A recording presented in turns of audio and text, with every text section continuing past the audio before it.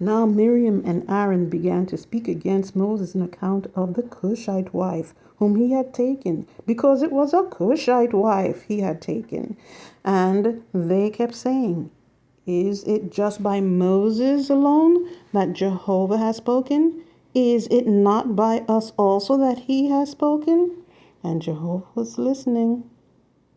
And the man Moses was by far the meekest of all the men who were upon the surface of the ground. And Jehovah's anger got to be hot against them, and he went his way. And the cloud turned away from over the tent. And look, Miriam was struck with leprosy, as white as snow. Then Aaron turned toward Miriam, and look, she was struck with leprosy. Immediately Aaron said to Moses, "Excuse me, my Lord. Do not please attribute to us the sin in which we have acted foolishly and which we have committed. Please do not let her continue like someone dead whose flesh at the time of his coming out of his mother's womb is half eaten off." And Moses began to cry out to Jehovah, saying, "O God, please heal her, please." Then Jehovah said to Moses, "Were her father to spit directly in her face, would she not be humiliated 7 days? Let her be quarantined 7 days outside the camp, and afterward let her be received in." Accordingly, Miriam was quarantined outside the camp 7 days, and the people did not pull away until Miriam was received in. That's Numbers chapter 12, verses 1 through 3 and verses 9 through 15. Followed by 2 Chronicles chapter 26, verses 16 to 21. However, as soon as he was strong, his heart became haughty, even to the point of causing ruin, so that he acted unfaithfully against Jehovah his God, and came into the temple of Jehovah to burn incense upon the altar of incense.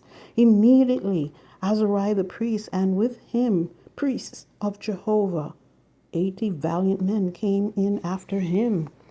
Then they stood up against Uzziah the king and said to him, "It is not your business, O Uzziah, to burn incense to Jehovah, but it is the business of the priests, the sons of Aaron, the ones sanctified to burn incense.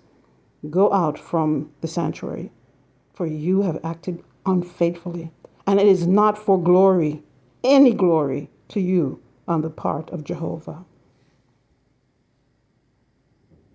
And Uzziah the king continued to be a leper until the day of his death, and he kept dwelling in a house exempt from duties as a leper, for he had been severed from the house of Jehovah, while Jotham his son was over the king's house,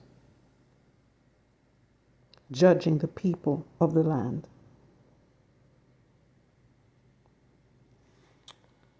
Now, what does this have to do with Miriam?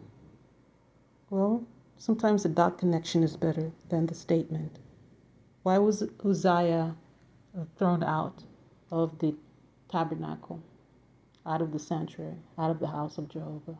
Why? What did he do? He came into the place and wanted to do what? Exactly. What do you think Miriam did? What do you think she tried to do? What do you think grabbed a hold of her and gave her such a thought? Because she had the same outcome.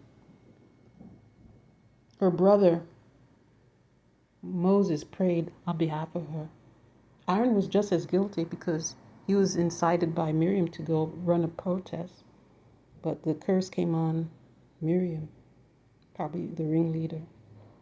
The prayer warrior, Moses, because Moses never took up a sword and fight at any time. The prayer warrior was able to effect a pardon for her.